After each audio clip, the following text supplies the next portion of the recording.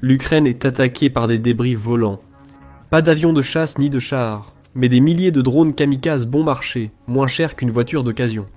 En juillet 2025, la Russie a lancé plus de 6300 drones Shahed sur l'Ukraine, contre 426 en 2024. C'est une guerre de production de masse. La Russie a l'avantage, mais l'Ukraine résiste. Son industrie de drones croît vite, affirmant pouvoir produire 45 millions de drones par an, dont beaucoup frappent avec le territoire russe. Les deux camps se livrent maintenant à une nouvelle course aux armements, visant à lancer et stopper des drones. La solution la plus prometteuse, ce n'est pas un missile mais un micro-ondes. Le système Leonidas est une arme américaine révolutionnaire qui génère un champ électromagnétique invisible, détruisant les essaims de drones en vol par micro-ondes puissantes. Il ne se contente pas de les abattre, il rend aussi le ciel impraticable. Le système Leonidas résulte d'une guerre centrée sur le développement de contre-mesures contre ces drones. Russie et Ukraine ont déjà dévoilé plusieurs technologies et armes anti-drones, des radars avancés aux brouillages électroniques et solutions plus basiques. Des obusiers sur châssis mobiles abattent des drones par dizaines en zone de tir. Alors que ces armes sont testées en guerre, le monde observe attentivement. L'Occident observe et prépare ses réponses à ce qui semble être l'avenir de la guerre. Une entreprise américaine, en particulier, travaille sur quelque chose qui pourrait complètement bouleverser la donne. Nous arrivons au Leonidas, une arme réputée produire plus d'énergie électromagnétique que tout autre système mondial. Le président directeur général d'Hypirus, Andy Lowry, a souligné que le système utilisé à Kiev serait détectable jusqu'à Saint-Pétersbourg. Sa puissance en fait une cible de choix, mais aussi un redoutable contre aux essaims de drones. En réalité, sa portée de combat efficace est d'environ 1 km pour un effet maximal et jusqu'à 10 km pour un effet partiel. Cela suffit à neutraliser les drones électroniques trop proches. Pour comprendre pourquoi Leonidas représente une telle avancée, il faut examiner le cauchemar mathématique auquel les systèmes de défense aérienne traditionnels sont confrontés face à la guerre moderne des drones. Voyons d'abord les drones simples et courants utilisés par la Russie et ses alliés en Ukraine, notamment le Shahed 136 iranien et ses dérivés. On estime que chaque Shahed ne coûte que 35 000 $ à produire, ce qui correspond au coût de fabrication pour l'Iran, que la Russie a vraisemblablement réussi à reproduire dans ses propres capacités de production. Un petit drone First Person View coûte beaucoup moins cher, dépassant rarement les 5 chiffres. Ce sont des outils multimissions, non des Shahed kamikazes, mais ils restent bien moins chers que ceux produits par l'Occident. Les drones américains, comme le MQ-9, coûtent entre 28 et 32 millions de dollars à l'achat, avec un coût opérationnel total pouvant atteindre 60 millions sur leur durée de vie. La situation s'aggrave face aux contre-mesures actuelles. Le modèle classique de défense aérienne repose sur l'échange. Un intercepteur abat une cible. Cependant, celui-ci peut aussi coûter des centaines de milliers de dollars par unité, sans compter la batterie à plusieurs millions requises pour le lancement et le guidage. Dans l'ensemble, en l'état actuel des choses, les chiffres penchent clairement en faveur du camp russe, avec des drones bon marché à produire en grande quantité, qui n'ont pas de contre-mesures rentables. Ce déséquilibre économique devient catastrophique à grande échelle. Du 1er août 2024 au 1er mars 2025, l'Ukraine a enregistré que la Russie a lancé plus de 15 000 drones de type Shahed. Même avec l'impressionnant taux d'interception ukrainien, l'écart de coût demeure. La Russie remporte une guerre d'usure en poussant l'Ukraine à utiliser ses munitions coûteuses contre ses armes les moins chères et les plus abondantes. L'Ukraine doit donc miser sur la guerre électronique, préférant réduire la précision des drones plutôt que les intercepter directement. Le résultat net est une saturation par les drones. Peu importe si un Shahed touche sa cible, l'essentiel est l'effet cumulatif de cette arme sur les civils et la pression sur la défense aérienne. La Russie a instauré un système où la menace sert d'arme, obligeant l'Ukraine à choisir entre défendre ses infrastructures ou préserver ses capacités militaires pour d'autres attaques. Les moyens de guerre électronique de l'Ukraine étaient partiellement efficaces, et Leonidas vise à les améliorer nettement. Leonidas, ou Indirect Fire Protection Capability High Power, microwave capacité de protection contre les tirs indirects. Le micro-ondes à haute puissance est conçu comme un système d'interférence électromagnétique portable et économique, capable de perturber en même temps l'électronique de plusieurs drones. Ce changement fondamental, passant du ciblage individuel à la neutralisation de zones, est ce qui risque de faire exploser l'efficacité potentielle du système. Lowry a souligné que l'Hypirus ne considère pas Leonidas simplement comme un système à énergie dirigée. Il tient à le qualifier d'interférence électromagnétique militarisée. Cette distinction est extrêmement importante en pratique. L'interférence électronique classique Même le modèle Thor agit en ciblant précisément et surchargeant ses condensateurs. Cela grille les circuits du drone et le neutralise. Lowry compare Thor à un rayon de la mort très efficace. Leonidas crée un champ d'interférence électromagnétique intense. Au lieu de cibler individuellement, le champ d'interférence électromagnétique du système forme un dôme couvrant une zone tactiquement pertinente autour de l'émetteur, s'élevant à des centaines de pieds au-dessus du sol. Une fois que Leonidas est installé, il devient un moyen permanent de générer un bouclier électromagnétique anti-drone capable de défendre contre n'importe quel nombre de drones, indéfiniment. S'il garde l'alimentation électrique, cela change totalement le modèle économique. Les opérateurs perdent seulement l'électricité pour alimenter le système, au lieu de millions par engagement. Mais ce qui fait de Leonidas un potentiel bouleversement, c'est la façon dont il génère précisément les micro-ondes. Les dispositifs High Power Microwave traditionnels émettent une impulsion extrêmement puissante pendant environ 10 nanosecondes, ce qui est plus court que l'intervalle entre deux impulsions d'horloge d'un ordinateur. L'impulsion High Power Microwave de Leonidas dure jusqu'à 1 milliseconde, plus longtemps que les radars. Cette impulsion prolongée modifie profondément l'impact du système sur les cibles. Pour une puce moderne à l'intérieur d'un drone, 1 milliseconde pourrait sauver des milliers de cycles de traitement. L'énergie électromagnétique durable, selon les normes des micro-ondes, frappe toutes les cibles à portée et perturbe les processeurs embarqués jusqu'à l'arrêt du système. Ce bombardement électromagnétique soutenu perturbe et désactive systématiquement chaque composant électronique présent dans le champ. L'architecture du système illustre cette approche sophistiquée.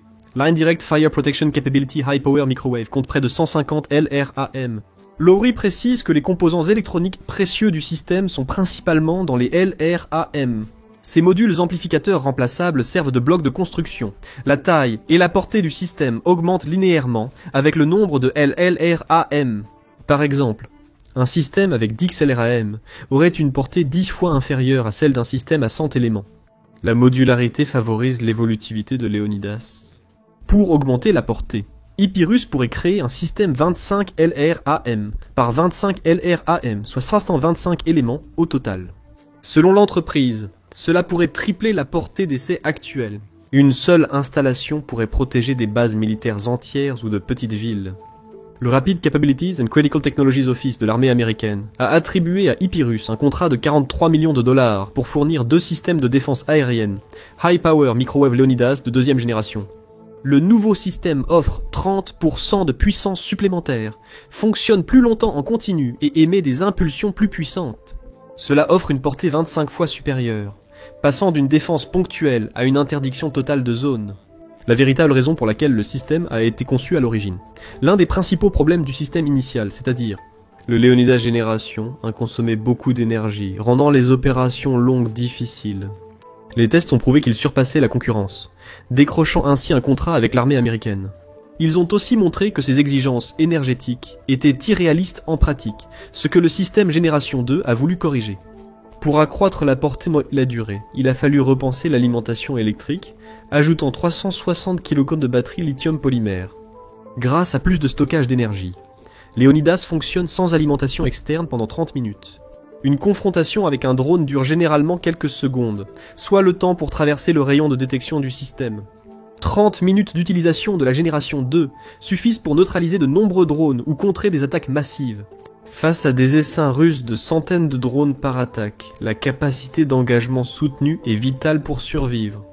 Surtout, la génération 2 permet de connecter 2 systèmes indirects Fire Protection Capability High Power Microwave pour un fonctionnement coopératif. Ils agiraient comme un seul système, doublant puissance et portée. L'une des capacités de Leonidas remet en cause les hypothèses sur la guerre électronique, notamment le blindage électromagnétique. Lowry a fait ce qui devrait être considéré comme une affirmation remarquable. Nous avons découvert que les interférences électromagnétiques peuvent être intelligentes. Elles peuvent trouver des chemins vers des zones protégées. Si vous ajustez correctement les impulsions de la fréquence porteuse, si tout est parfaitement réglé, vous pouvez même pénétrer ce que vous pourriez considérer comme un drone protégé et non sensible. Cette capacité à perturber des cibles blindées électromagnétiquement pourrait changer l'évolution. Les armes impulsion électromagnétique classiques utilisent de la force brute contre les drones et armes similaires, mais un bon blindage peut les neutraliser. Pour les petits drones, cela a sans doute été ajouté ensuite pour diminuer le coût. Sur les drones plus grands et chers, le blindage électromagnétique et les redondances sont quasiment incontournables. La Russie est en guerre active depuis plus de 3 ans. développant des solutions de guerre électronique et des contre-mesures, parce que c'était la seule voie possible. En revanche, Leonidas semble utiliser un traitement de signal sophistiqué pour trouver des vulnérabilités même dans des systèmes électroniques protégés. En gros, il lance une cyberattaque contre une cible, mais il le fait par des moyens analogiques plutôt que numériques. Le signal ne vise pas les antennes réceptrices du drone, qui seraient normalement utilisées pour perturber le fonctionnement interne de la puce. Les micro-ondes, puissantes et discrètes, peuvent perturber des éléments analogiques, comme un servomoteur ou des fils, contournant ainsi les cybersécurités, en ciblant la couche physique des systèmes électroniques. En conséquence, Leonidas a des cas d'utilisation possibles, bien au-delà des simples opérations de lutte anti-drone. En théorie, il peut être utilisé contre n'importe quel système dépendant de l'électronique, des véhicules aux équipements de communication en passant par les systèmes de guidage de missiles. La dépendance accrue de la Russie à la guerre électronique dans ses opérations militaires la rend particulièrement menaçante. Selon Lowry, l'armée aurait testé la technologie High Power Microwave d'IP russe contre toutes les menaces pertinentes à l'étranger, et affirme une efficacité totale de 100%. Cette affirmation semble exagérée pour des tests, et peut ne pas refléter la réalité à grande échelle. Les performances du système lors des tests contrôlés suggèrent que Leonidas est remarquablement précis et fiable dans ce qu'il vise à accomplir. L'armée prévoit de tester 2 systèmes de 2e génération à la Naval Air Weapons Station de China Lake en Californie, en octobre 2025. Évaluer la possibilité de connecter plusieurs unités pour accroître la puissance et définir les paramètres nécessaires à l'évolution du prototype en une arme fabriquée et déployable en première ligne. Bien que performant, accroître la production de Leonidas restera probablement un défi.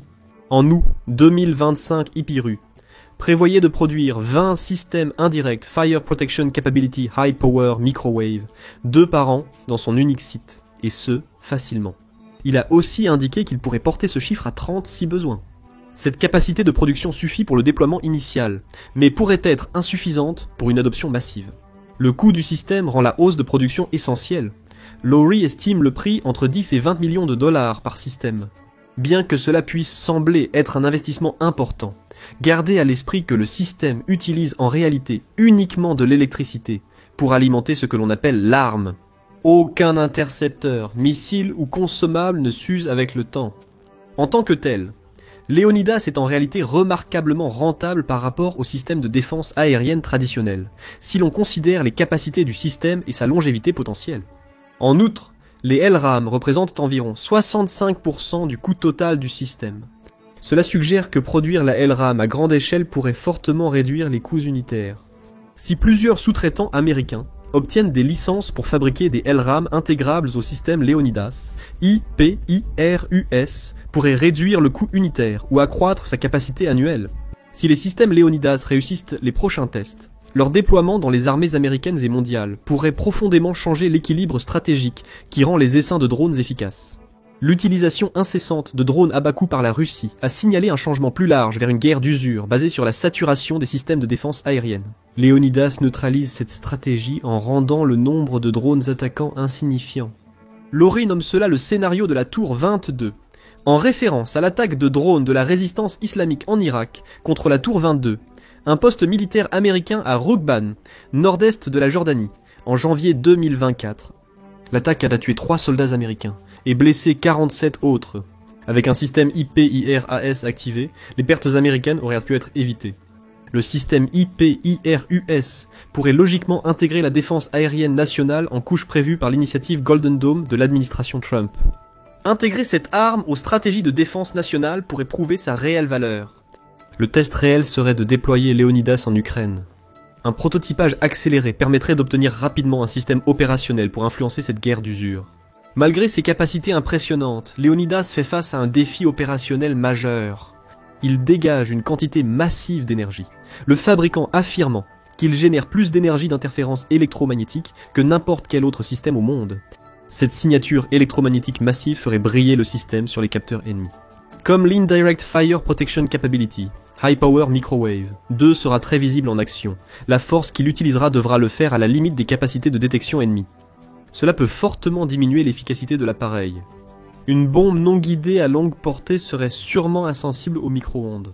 Si la Russie parvient à localiser l'appareil, elle peut déployer des avions transportant des bombes planantes pour le détruire. Les bombes planantes sont désormais la deuxième arme russe, la plus importante dans ce conflit, grâce au vaste stock soviétique de bombes à gravité. Les kits de conversion peu coûteux améliorent leur aérodynamisme et offrent une navigation basique. Ce paradoxe de visibilité fait que la force du système engendre aussi sa vulnérabilité. On peut y répondre en développant des capacités de tir et de repli, activant brièvement le système pour neutraliser drones ou menaces, puis déplacer rapidement le dispositif vers un autre site pour compliquer le ciblage par missile. Bien que cela puisse paraître exagéré, le système passerait d'une position rangée à un démarrage à froid, puis serait prêt à tirer en 15 à 21 minutes. Ce besoin de mobilité a favorisé le développement et la diversification des plateformes pour le déploiement et le transport. Le Léonidas fait partie d'une gamme de produits qui comprend également des unités mobiles, comme mentionné précédemment, et qui porte le nom approprié de Léonidas Mobile.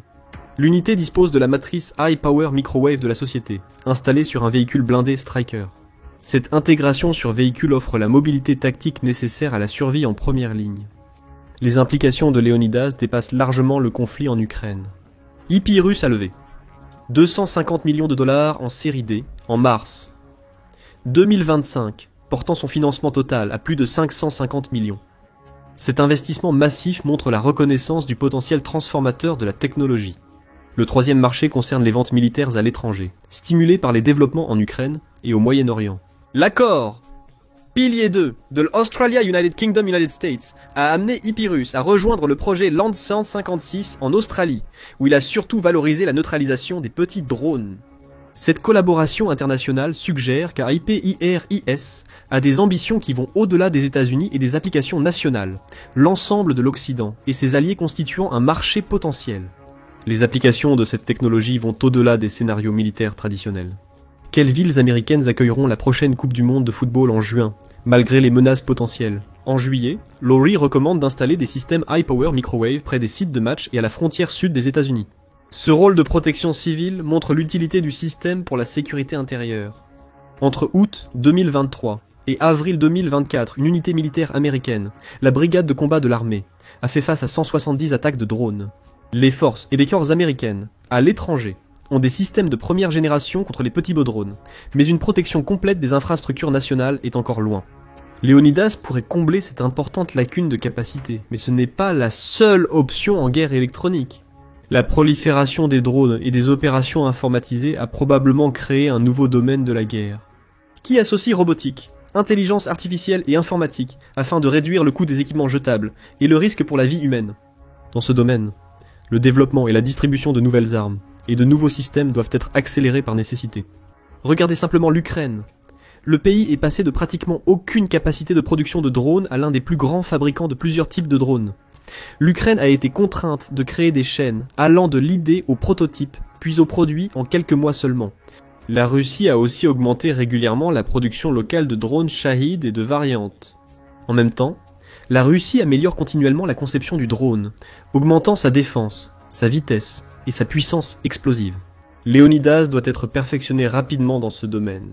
Si cela doit avoir un impact dans la guerre actuelle, ce qui joue en faveur de Léonidas, c'est son potentiel à enfin remettre en question les modèles actuels d'acquisition militaire. Les systèmes High Power Microwave sont attractifs, car leur coût par tir est bien plus bas que celui des armes cinétiques, qui peuvent dépasser 1 million de dollars par munition. Quand un système peut viser des cibles illimitées, pour le coût de l'électricité, les calculs de rentabilité classiques deviennent obsolètes. L'économie de la maintenance encourage aussi les solutions à énergie dirigée. Étant donné que ces modules tombent en panne individuellement, l'Indirect Fire Protection Capability, High Power Microwave peut continuer à fonctionner même si un ou plusieurs sont perdus, et les modules défectueux peuvent être facilement remplacés. Un acheteur n'a pas besoin de 2 systèmes Léonidas pour garantir 99% de disponibilité. Un succès auprès de l'armée stimulerait la demande du Léonidas et de systèmes similaires dans au moins 3 marchés émergents. Ces marchés, défense aérienne à basse altitude à l'étranger, protection du territoire national et vente militaire à l'export, représentent des opportunités de déploiement potentiellement énormes. La guerre des drones de la Russie contre l'Ukraine a mis en lumière les faiblesses des systèmes de défense aérienne classiques. Les drones d'attaque bon marché face aux missiles intercepteurs coûteux créent une situation intenable nécessitant une solution rapide. Si cela marche, le Léonidas pourrait être l'axe du changement. Mais pour cela, Il faudra attendre et voir jusqu'où le système peut être poussé pour être à la fois polyvalent, furtif et efficace. Merci d'avoir regardé. Pour en savoir plus sur la gestion des drones russes par l'Ukraine, regardez cette vidéo. Et si vous voulez rester informé des développements les plus récents en géopolitique mondiale, abonnez-vous à The Military Show pour des vidéos quotidiennes.